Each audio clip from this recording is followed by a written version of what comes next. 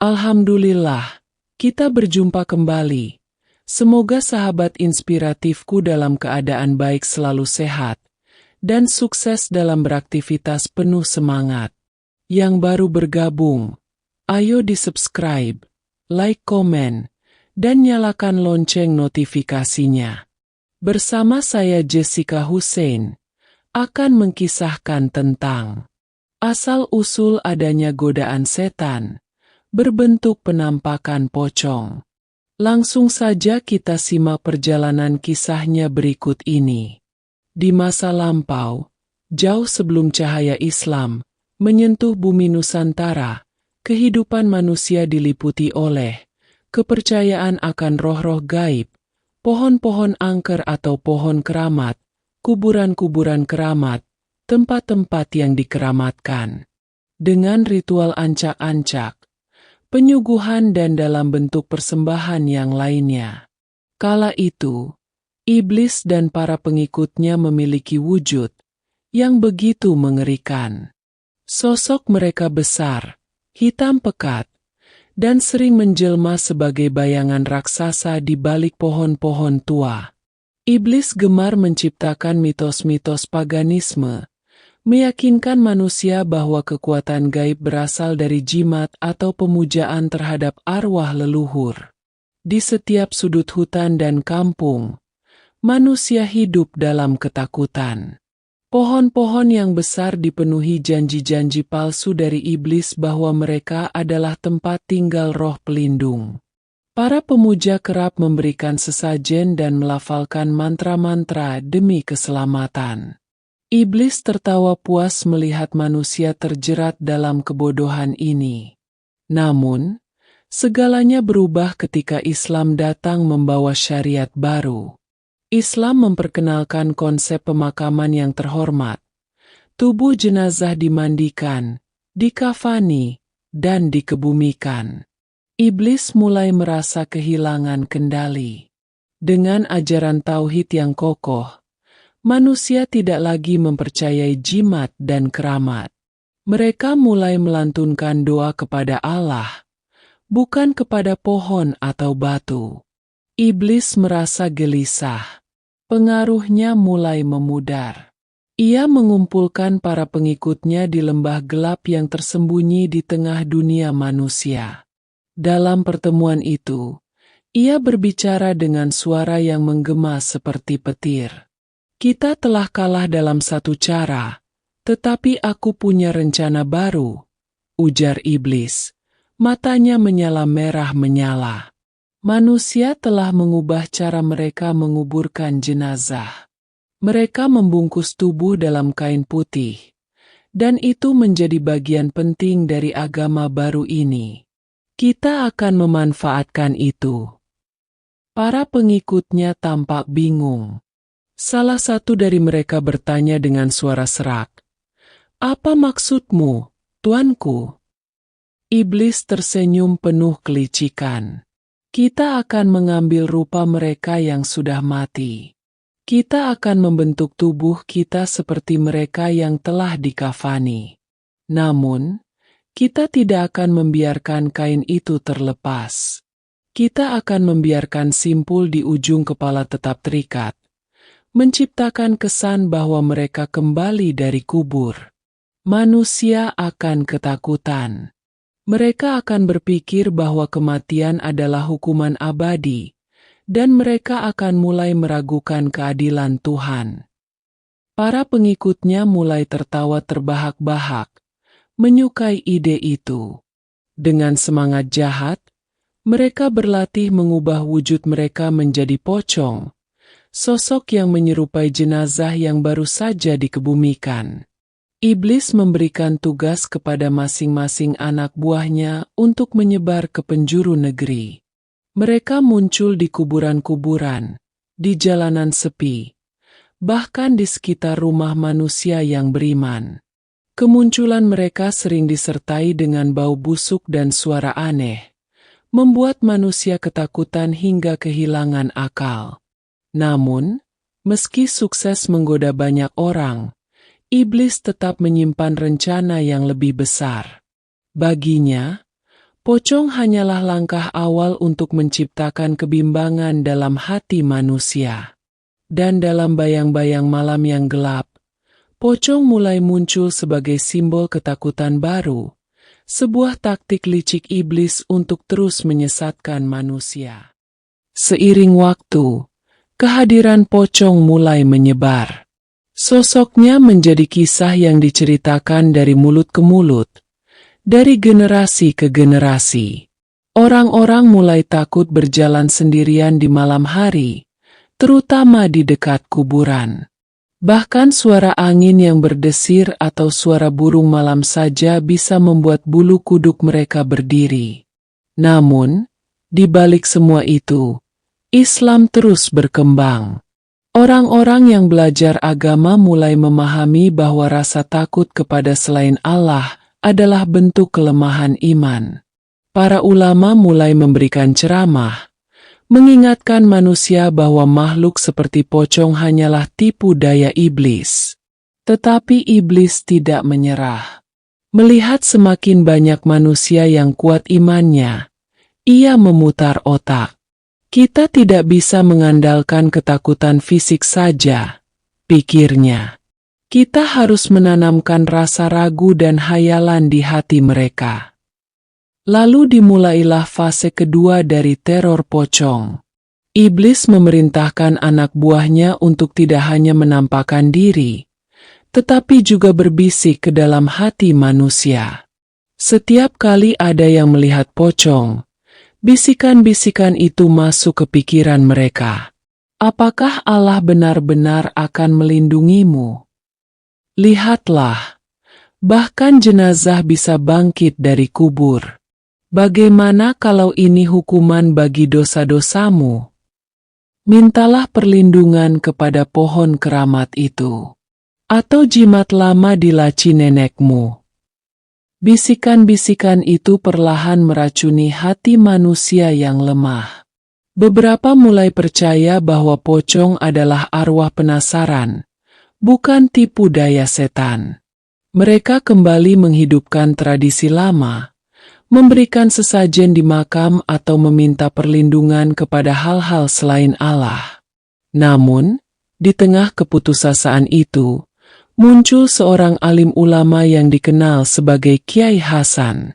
Ia adalah seorang tokoh yang memiliki pemahaman mendalam tentang Al-Quran dan Sunnah. Kiai Hasan tahu bahwa umat Islam sedang diuji oleh tipu daya baru iblis ini. Suatu malam, di desa kecil tempat ia tinggal, seorang penduduk datang tergopoh-gopoh ke rumahnya. Wajahnya pucat, matanya penuh ketakutan. "Kiai, saya melihat pocong di pemakaman. Ia melompat-lompat dan menghilang begitu saja." Kiai Hasan tersenyum tenang. "Tenanglah, Nak, itu bukan arwah orang mati. Itu hanyalah setan yang ingin menyesatkanmu." Tapi Kiai, baunya busuk sekali, dan matanya seperti menyala merah. Kiai Hasan mengambil Al-Quran dari rak kayu tuanya. Ia membuka halaman dan membaca ayat-ayat yang penuh dengan keagungan Allah. Setelah itu, ia berkata, "Ketahuilah, setan tidak memiliki kuasa atas orang-orang yang beriman dan bertawakal kepada Allah. Kita tidak perlu takut kepada mereka. Ayo, kita ke pemakaman itu sekarang." Malam itu, Kiai Hasan membawa beberapa pemuda desa ke pemakaman. Di tengah kegelapan malam, angin berhembus dingin. Mereka mendekati tempat di mana pocong itu terlihat. Ketika mereka mulai melantunkan ayat-ayat suci, tiba-tiba muncul bayangan putih melompat-lompat di kejauhan. Salah satu pemuda hampir lari, tetapi Kiai Hasan menahannya. "Bacalah ayat ini bersamaku. Jangan gentar. Setan hanya ingin menakut-nakuti." Dengan suara lantang, mereka membaca surah Al-Baqarah. Pocong itu berhenti melompat. Perlahan, Tubuhnya mulai menghitam dan mengecil hingga akhirnya lenyap, seperti asap yang terbawa angin. Kejadian itu menyadarkan penduduk desa bahwa pocong bukanlah arwah gentayangan, melainkan tipu daya iblis yang bisa dilawan dengan iman dan doa. Namun, iblis tetap tidak menyerah. Dalam kegelapan lembah tempat persembunyiannya, ia kembali memikirkan strategi baru. Manusia mulai memahami tipu dayaku, gumamnya. Tapi aku akan menemukan cara lain. Selama ada rasa takut dalam hati mereka, aku akan terus berusaha menyesatkan mereka. Sahabat inspiratifku yang berbahagia, mari kita lanjutkan menyimak perjalanan kisahnya berikut ini. Setelah kejadian di pemakaman, penduduk desa mulai memahami bahwa pocong hanyalah manifestasi dari tipu daya iblis.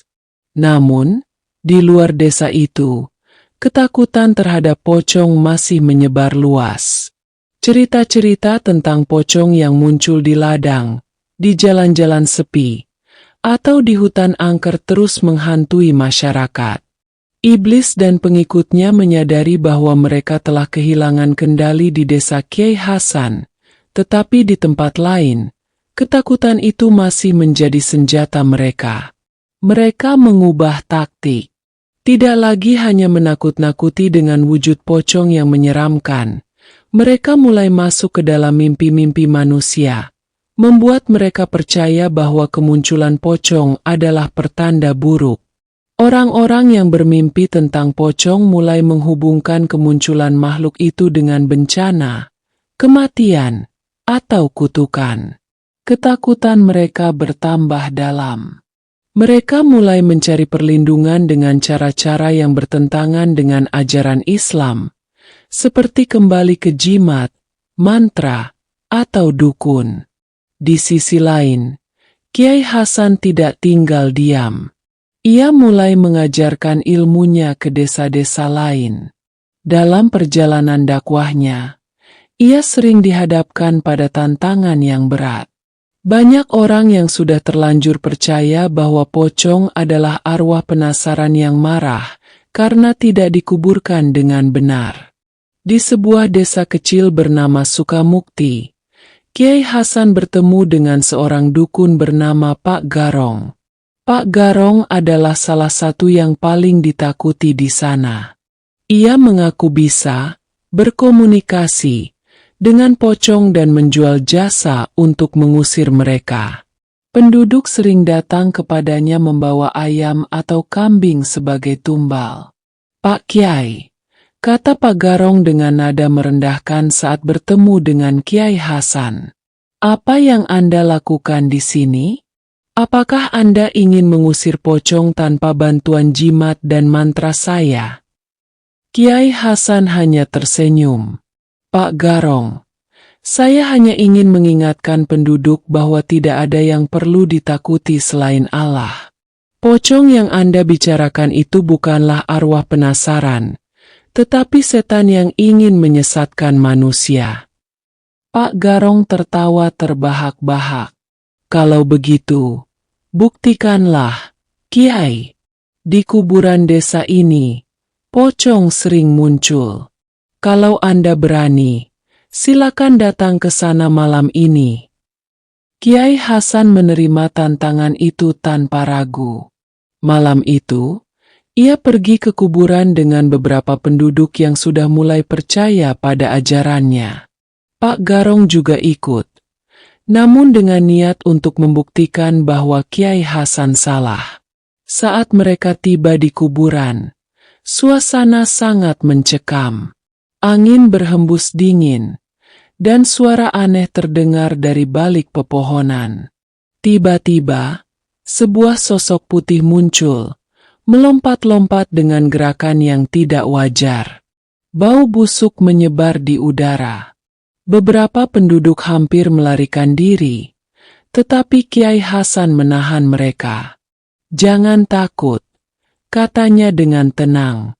"Setan hanya bisa mengganggu jika kita membiarkan rasa takut menguasai hati kita. Bacalah ayat-ayat Allah bersama saya. Dengan suara lantang, Kiai Hasan memimpin pembacaan surah Al-Falaq dan An-Naas. Pocong itu berhenti bergerak.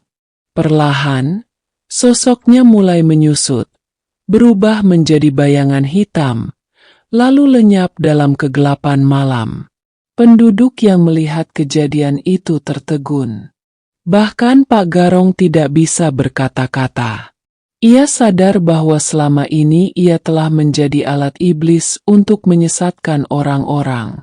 Dengan hati yang penuh penyesalan, ia mendekati Kiai Hasan dan berkata, "Pak Kiai, saya salah. Tolong ajari saya cara kembali ke jalan yang benar." Malam itu menjadi titik balik bagi desa Sukamukti. Orang-orang mulai meninggalkan jimat, mantra, dan kepercayaan kepada dukun. Mereka kembali berpegang pada ajaran Islam yang murni. Namun, iblis tidak berhenti. Ia terus berusaha mencari celah di hati manusia, memanfaatkan ketakutan, keserakahan, dan kelemahan iman mereka. Tetapi Kiai Hasan dan para penerusnya juga tidak berhenti berdakwah, menyebarkan cahaya Islam ke seluruh pelosok negeri. Di setiap tempat di mana keimanan semakin kuat, pocong-pocong palsu itu menghilang. Kisah mereka menjadi pelajaran bahwa kejahatan hanya memiliki kekuatan selama manusia takut dan lupa kepada Tuhannya. Sahabat inspiratifku yang berbahagia dan kusayangi. Meskipun kekuatan pocong mulai melemah di banyak desa karena pengaruh dakwah Kiai Hasan, iblis tidak pernah menyerah. Di lembah gelap tempat ia bersemayam, ia berkumpul dengan anak buahnya, membahas kegagalan mereka. Wajah-wajah setan yang penuh amarah memenuhi tempat itu, sementara suara iblis menggema dengan nada mengintimidasi. Manusia semakin kuat dalam keimanan mereka, geram iblis. Tapi kita tidak boleh kalah. Pocong telah menjadi simbol ketakutan yang berhasil, tapi itu belum cukup. Kita harus menciptakan rasa takut yang lebih dalam, yang tidak hanya menghantui tubuh mereka, tapi juga pikiran dan jiwa mereka. Salah satu anak buahnya, setan bernama Zarkil, mengajukan usulan. "Wahai tuanku, manusia takut pada hal yang tidak mereka pahami. Jika kita tidak bisa lagi menakuti mereka dengan wujud fisik, mari kita masuki mimpi mereka. Kita buat mereka melihat hal-hal yang bahkan logika mereka tak mampu menjelaskan. Kita tanamkan keraguan, bukan hanya ketakutan." Iblis tersenyum lebar mendengar ide itu. "Kau benar, Zarkil. Ketakutan fisik mudah dilawan dengan keberanian, tapi keraguan, itu racun yang sulit disembuhkan. Kita akan menanamkan mimpi buruk kepada mereka. Setiap malam, manusia akan bertanya-tanya, apakah iman mereka cukup kuat untuk melawan apa yang mereka lihat?" Rencana itu segera dilaksanakan.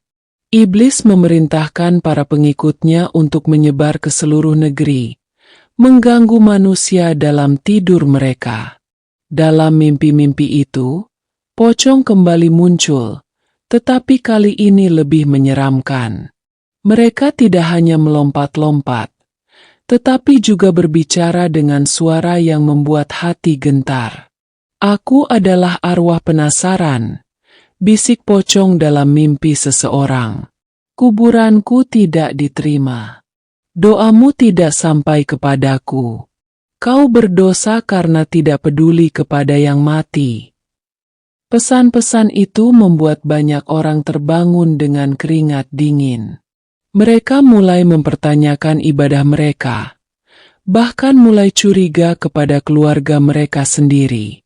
Beberapa kembali mencari solusi dari dukun atau mempercayai tahayul, berharap bisa menghindari mimpi buruk itu. Namun, Rencana ini tidak berjalan mulus di mana-mana. Di desa-desa yang telah disentuh oleh dakwah Kiai Hasan, banyak orang yang segera menyadari bahwa mimpi-mimpi itu hanyalah tipu daya setan. Mereka melawan rasa takut mereka dengan memperbanyak doa sebelum tidur, membaca ayat-ayat Al-Quran, dan menguatkan iman mereka. Di tengah kondisi ini, Kiai Hasan semakin giat berkeliling, memberikan ceramah tentang bagaimana menghadapi gangguan setan. Suatu malam, di sebuah desa bernama Kertajaya, seorang pemuda bernama Ibrahim datang kepadanya. Ibrahim adalah seorang yatim piatu yang sering diganggu mimpi buruk tentang pocong. "Kiai, setiap malam saya bermimpi dikejar pocong," kata Ibrahim dengan wajah lelah. "Ia selalu berkata bahwa saya akan mati muda karena dosa-dosa saya. Saya takut. Kiai, apa yang harus saya lakukan?" Kiai Hasan menatap Ibrahim dengan penuh kasih. "Anakku, mimpi itu hanyalah permainan setan. Setan ingin kau merasa takut dan kehilangan harapan. Tapi ingat, Allah lebih kuat dari mereka. Kau tidak perlu takut. Mulailah dengan membaca ayat kursi sebelum tidur, dan niatkan hatimu untuk berserah kepada Allah." Ibrahim mengikuti saran Kiai Hasan. Malam itu, sebelum tidur, ia membaca ayat kursi dan berdoa dengan sepenuh hati. Ketika ia tidur, mimpinya berubah. Pocong itu muncul lagi. Tetapi kali ini Ibrahim tidak gentar. Ia membaca doa dalam mimpinya, dan pocong itu meleleh menjadi bayangan hitam, lalu menghilang. Ibrahim terbangun dengan perasaan lega.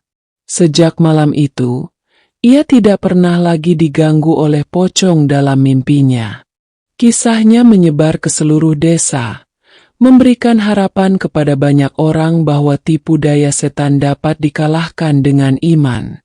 Di sisi lain, iblis kembali ke lembahnya dengan amarah yang membara. Rencananya kembali gagal. Manusia semakin kuat, pikirnya. Tapi aku tidak akan menyerah. Selama ada rasa takut, rakus, atau kebencian di hati mereka, aku akan terus berusaha. Di dunia manusia, perjuangan melawan tipu daya iblis terus berlangsung. Pocong, meskipun masih menjadi simbol ketakutan, tidak lagi memiliki kekuatan seperti dulu. Manusia yang kuat imannya tahu bahwa mereka hanya perlu takut kepada Allah, dan bukan kepada makhluk-makhluk yang diciptakan untuk menyesatkan mereka. Demikian sahabat inspiratifku, kisah ini saya sajikan semoga bermanfaat, menginspiratif kehidupan kita, untuk tetap berada di jalan yang lurus, yang penuh kebenaran bimbingan petunjuk, Sang Maha Pencipta, agar kita selalu merdeka di dalam menjalani kehidupan ini, dan hanya kepadanya kita berserah diri. Sampai berjumpa kembali di kisah inspiratif selanjutnya. Dan saya Jessica Hussein, mohon pamit undur diri dengan ucapan wassalamualaikum warahmatullahi wabarakatuh.